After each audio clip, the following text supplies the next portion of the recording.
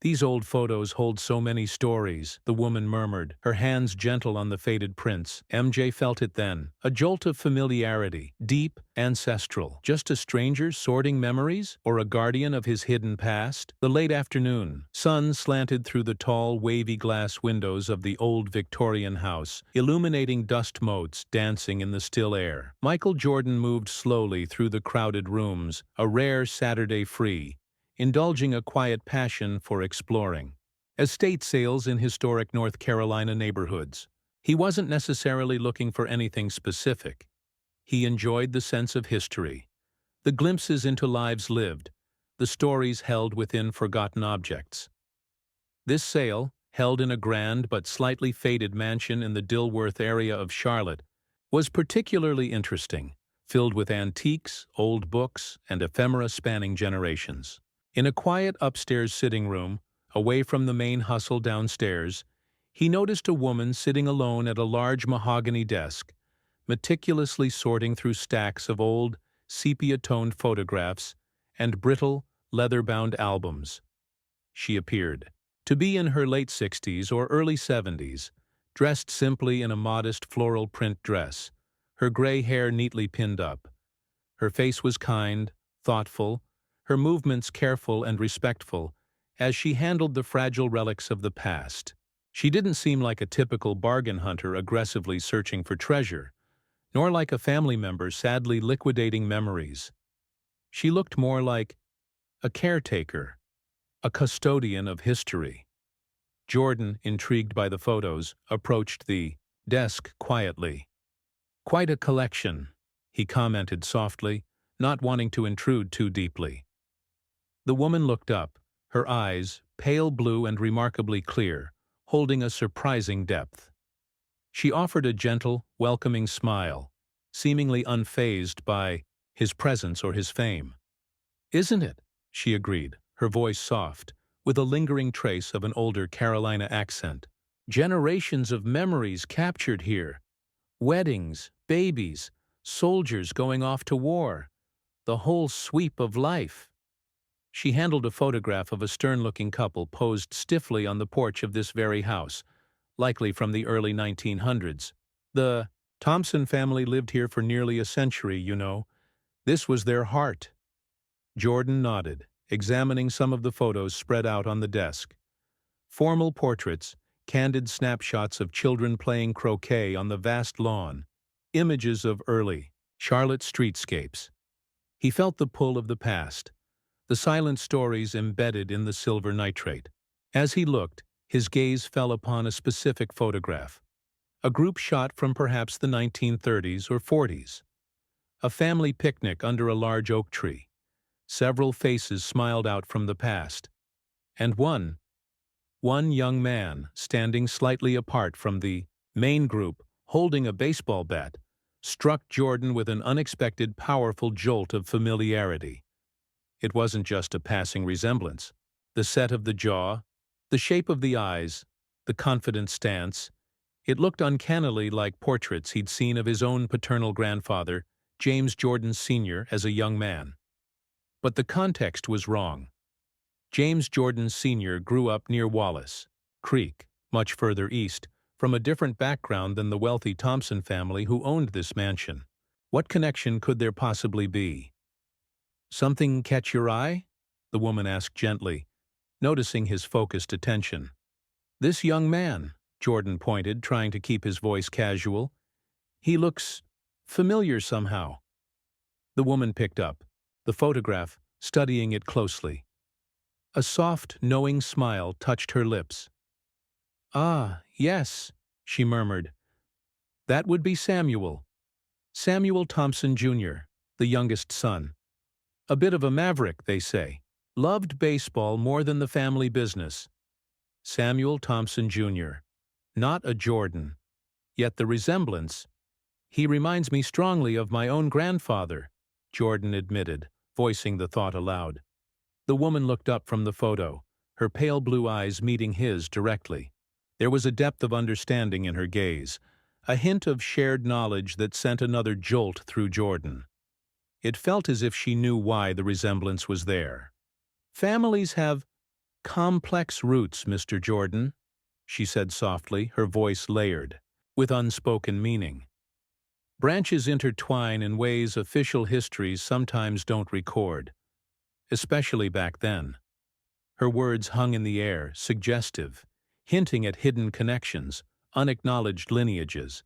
Jordan stared at her, then back at the photograph of the young man who looked so much like his grandfather. Could there be a hidden branch of his family tree connected to this wealthy Charlotte family? A connection lost to time or perhaps deliberately, obscured due to the social complexities of the era? Who was this woman, this seemingly simple caretaker of memories, who spoke with such quiet authority about intertwined family roots? He hadn't even gotten her name. "Forgive me," Jordan said. "I didn't introduce myself properly. Michael Jordan." "A pleasure, Mr. Jordan," the woman replied smoothly, offering her hand. Her grip was surprisingly firm, steady. "I'm Evelyn Hayes. I help manage the historical archives for the estate." Evelyn Hayes, estate archivist. That explained her presence, her meticulous handling of the photos. But it didn't explain the knowing look in her eyes, the subtle implication of a hidden connection between Samuel Thompson, Jr. and his own grandfather. This was the midpoint. The photograph, the uncanny resemblance, and Evelyn Hayes's cryptic but deeply resonant comment about intertwined family roots. It shifted the encounter from a pleasant exploration of local history into something intensely personal, potentially rewriting a piece of Jordan's own understanding of his heritage. He felt an urgent need to know more, to understand the link Evelyn seemed to be hinting at. "Ms. Hayes," Jordan began carefully, "that resemblance, and your comment about intertwined roots, is there something more to Samuel Thompson Jr.'s story? Something connected to families further east, perhaps?" Evelyn Hayes held his gaze, her expression thoughtful, weighing her response. She wasn't family herself, she clarified, but she had spent years immersed in the Thompson family papers, letters, diaries, journals, meticulously preserved in the house's library. "The official record is straightforward," she said slowly. "Samuel Jr. went off to college up north, played some semi-pro baseball, eventually settled elsewhere, distanced himself from the family business. Died relatively young, no children listed in the main family Bible." She paused, then leaned slightly closer, her voice dropping almost to a whisper.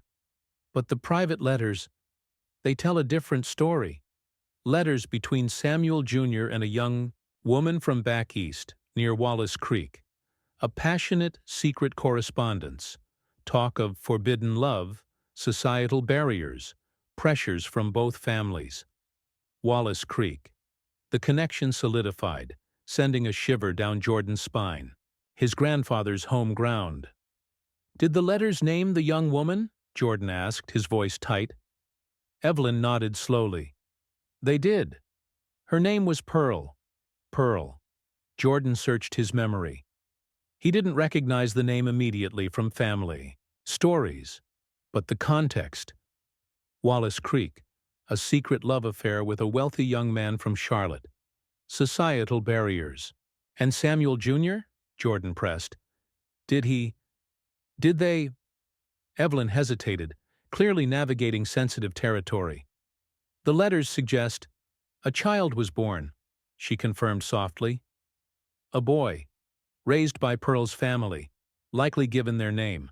Samuel Jr. apparently provided some discreet financial support for a time, through intermediaries, but direct contact was severed due to family pressures and the circumstances of the era. The hidden truth landed with staggering force. Samuel Thompson Jr., the young man in the photograph who looked so much like James Jordan Sr., wasn't just a look-alike. He was almost certainly James Jordan Sr.'s biological father.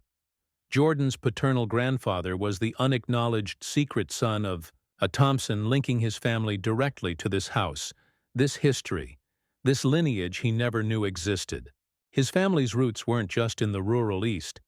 They had a hidden, unacknowledged branch reaching into the heart of Charlotte's old money society. Evelyn Hayes, the quiet archivist, wasn't just sorting photos. She was the keeper of this explosive secret.